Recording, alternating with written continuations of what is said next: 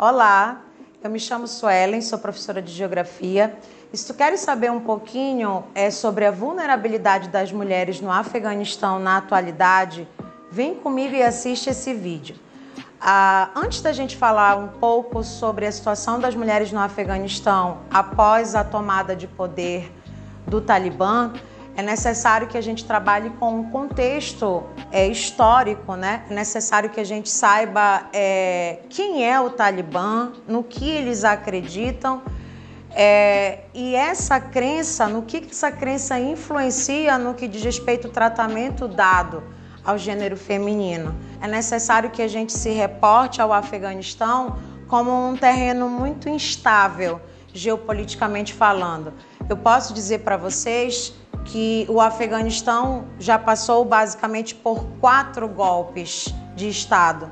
E nesse contexto de 4 golpes, 2 deles envolviam a subida de presidentes alinhados à orientação marxista. O governo de orientação marxista alinhado à União Soviética, ainda num contexto de Guerra Fria, década de 70, promover políticas relacionadas à participação feminina na política. A esmagadora maioria da população na época entendeu que essa trajetória, a possibilidade de construir estratégias e políticas voltadas a uma importância maior à figura feminina dentro do Afeganistão, era uma espécie de ameaça ao islamismo. E esse governo foi derrubado para ser colocado um outro islâmico. No final da década de 70, a gente vai ver um outro golpe de Estado acontecendo, em que a União Soviética novamente intervém em território afegão, e nesse sentido o que a gente vai observar é um descontentamento dessa gestão soviética sobre o território, partindo de grupos paramilitares. Basicamente, a Guerra Fria foi demarcada por uma bipolaridade entre os Estados Unidos e a União Soviética. Os Estados Unidos, naquele clássico de se envolver em conflitos indiretos, resolveu auxiliar esses grupos paramilitares na pretensão deles conseguirem se degladiar para com o governo de orientação e de alinhamento marxista, né, de alinhamento para com os soviéticos. Esse auxiliar, ele se deu no sentido de dinheiro, né, ele se deu no sentido de treinamento e ele se deu no sentido de armas. Esse conflito, essa invasão soviética, ela durou 10 anos, de 1979 a 1989. Os paramilitares, que na época eram chamados de mujahedins, né? Eram islâmicos que estudavam em escolas denominadas madraças. É muito importante ressaltar, eles têm uma visão super deturpada do que é considerado o código de conduta dos islâmicos, que é a Sharia. Então, quando a União Soviética bateu em retirada e os Estados Unidos também, porque já tinha mostrado ao mundo que os paramilitares tinham ganho esse conflito indireto, eles ficaram com todo o treinamento e com todas as armas. E numa lógica de vácuo de poder, enquanto a União Soviética saiu, eles começaram a tomar territórios. Parte desse grupo de paramilitares, de mujahedins, se tornaram o grupo Talibã e passaram a entender que todo esse sofrimento que o Afeganistão vivencia decorria do fato da população não vivenciar a interpretação que eles fazem desse código de conduta. Quando tomaram o poder de Cabul, que é a capital do Afeganistão, na década de 90, eles implantaram um governo fundamentalista islâmico, um governo que leva os princípios religiosos para as estratégias e práticas políticas. A interpretação alterada, deturpada da Sharia fez com que eles tomassem novos posicionamentos relacionados a homossexuais, relacionados aos homens e relacionados às mulheres. A mulher deve estar numa posição de submissão em relação aos homens. Então, a partir daquele momento, mais precisamente de 1996 até 2001, essas mulheres eram proibidas de estudar. Na verdade, eles permitiam que elas estudassem apenas até 10 anos e depois não frequentassem mais as escolas. Foi imposto também que não trabalhassem, que não tivessem acesso à TV, cinema, música, sobretudo relacionado à cultura, ao que a gente chama de cultura ocidental capitalista. Mulheres consideradas adúlteras eram açoitadas e apedrejadas, assim como eles obrigavam as famílias a entregarem mulheres de 15 a 45 anos para que eles se casassem com elas e fizessem a reprodução de soldados dentro do Talibã, né? Um exemplo clássico dessa perseguição à mulher, que é a Malala, né? O pai dela tinha uma escola dentro do Paquistão e sempre priorizou os investimentos no estudo da Malala. E ela tinha uma espécie de blog na internet onde ela falava sobre isso. Acontece que a escola e onde ela morava, infelizmente, também foi tomado pelo Talibã. Ela foi perseguida desde 2009 até que foi encontrada em 2012 e levou tiros na cabeça, precisando inclusive passar por uma reconstrução cirúrgica por um único e exclusivo motivo: a luta que ela tinha e ainda tem para que as mulheres consigam estudar. One child, one teacher, one book and one pen can change the world. Education is the only solution. Em 2001 a gente vai vivenciar o atentado às Torres Gêmeas nos Estados Unidos.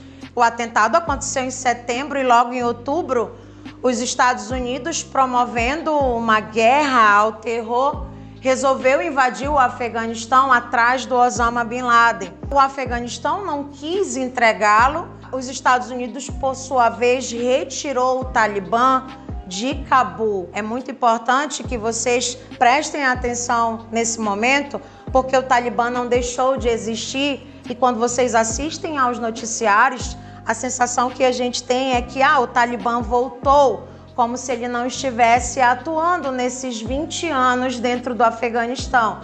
Na verdade, ele foi retirado da capital e começou a atuar com a presença de forças internacionais e até mesmo do exército estadunidense nas províncias periféricas, né? A partir de então, as mulheres voltaram a trabalhar, as mulheres voltaram a estudar, as mulheres passaram a ter acesso às universidades, né? Passaram a ter a oportunidade de demonstrar as suas capacidades, de produzir e dialogar conhecimento com a sociedade. Passaram a conseguir viajar, a sair nas ruas sem necessariamente ter um acompanhante masculino, como era no tempo do Talibã. Dentro ainda desse contexto, o que a gente vai observar é que as tropas americanas, mais especificamente estadunidenses, né, permanecerão no Afeganistão até este ano. A proposta surgiu ainda no governo do Barack Obama. Em 2020, um tratado de paz foi assinado pelo Donald Trump para que as tropas saíssem de lá. Os motivos que justificam isso, essa realidade, são os gastos que os Estados Unidos teve em manter essas tropas, que giram em trilhões de dólares, terminaram de serem retiradas no governo de Biden, né? Ali, no início de agosto, a gente ainda tinha em torno de 650 soldados, que foi quando eles se retiraram, e no dia 15 de agosto, eles avançaram sobre a capital. O presidente fugiu, deu voz ao Talibã, sem qualquer tipo de resistência, e eles tomaram novamente o poder desse país. Hoje, Estados Unidos, Europa, ONU se preocupam principalmente em como essas mulheres vão continuar convivendo nesse regime de governo na atualidade. É lamentável que a China tenha apoiado a subida do governo, inclusive se reportando a eles como algo fundamental dentro do Afeganistão, por questões relacionadas a comércio, a influência sobre o Oriente Médio e ainda sobre a possibilidade de contar com o Talibã para abafar movimentos separatistas islâmicos que existem dentro da China. Para manter relações comerciais a nível internacional, eles já se pronunciaram na TV afirmando, e muito cuidado com essa afirmação, que eles vão preservar os direitos da mulher de acordo com as leis islâmicas, com aquele código de conduta que eu te falei que eles chamam, nós conhecemos como Sharia. Contudo, gente, é importante ressaltar que a interpretação deles é deturpada. Muitos não sabem, mas desde o século VII, que as mulheres islâmicas têm direito de trabalhar, elas têm direito de se divorciar, elas têm direito a heranças que todos, num senso comum, acreditam que são só os filhos homens que têm direito a receber herança, mas elas também têm direito. Elas têm direito a produzir, a reproduzir e a dialogar conhecimento. Então, o problema não é do Alcorão ou tampouco da Sharia. O problema é da interpretação que o movimento extremista e terrorista faz dessa legislação, desse código de conduta dessas leis. Então, quando ele afirma em TV, inclusive colocando uma mulher sem burca, para mostrar que eles não fariam como antes, porque entre 96 e 2001 as mulheres não poderiam sair sem burca, né? Ele quer mostrar para o mundo que eles serão mais flexíveis. Mas até que ponto essa flexibilidade, essa liberdade para as mulheres vai ser dada se eles se pronunciam em mídia internacional que eles vão respeitar as leis? Mas vão respeitar as leis islâmicas como elas são ou como eles interpretam? Já temos alguns casos na notícia de universidades serem evacuadas e de professores se despedirem de suas alunas. Casos de propagandas de empresas feitas por mulheres terem sido pintadas nos muros ou rasgadas ou depredadas, que dá indício às mulheres que estão lá, que com um pouco mais, pensando com um pouco mais de ceticismo, né, que elas não vão conseguir dar continuidade aos direitos que haviam conquistado na prática com a saída do Talibã de Cabul nesses 20 anos anteriores. Para finalizar, gostaria de dizer para todos vocês que estão me assistindo aí, que às vezes a gente se pergunta assim, o porquê que a educação é o setor que é o mais bloqueado para essa mulher, não só por homens machistas islâmicos, mas por homens machistas como no geral. A educação nos dá a oportunidade de viver mais, né? Nos dar a oportunidade de nos conscientizar no que diz respeito à nossa saúde. A educação nos dá a oportunidade de conhecer os nossos direitos, porque quando ignorantes, muitas das vezes nos submetemos a situações para com o gênero masculino por não sabermos nem os direitos que temos acesso. Então, quando estudamos, a gente passa a conhecer os nossos direitos, a gente passa a ter propriedade e voz ativa para lutar, para vivenciarmos eles. E o mais importante, haja vista que você sabe que quando estudamos a história das mulheres, a gente sabe que a nossa luta não é só para conhecer os nossos direitos, nem para colocarmos em prática, mas também para mantermos eles.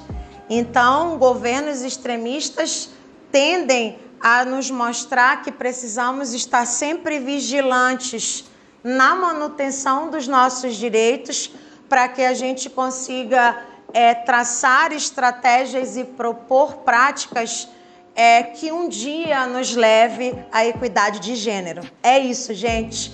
Aguardem o próximo vídeo.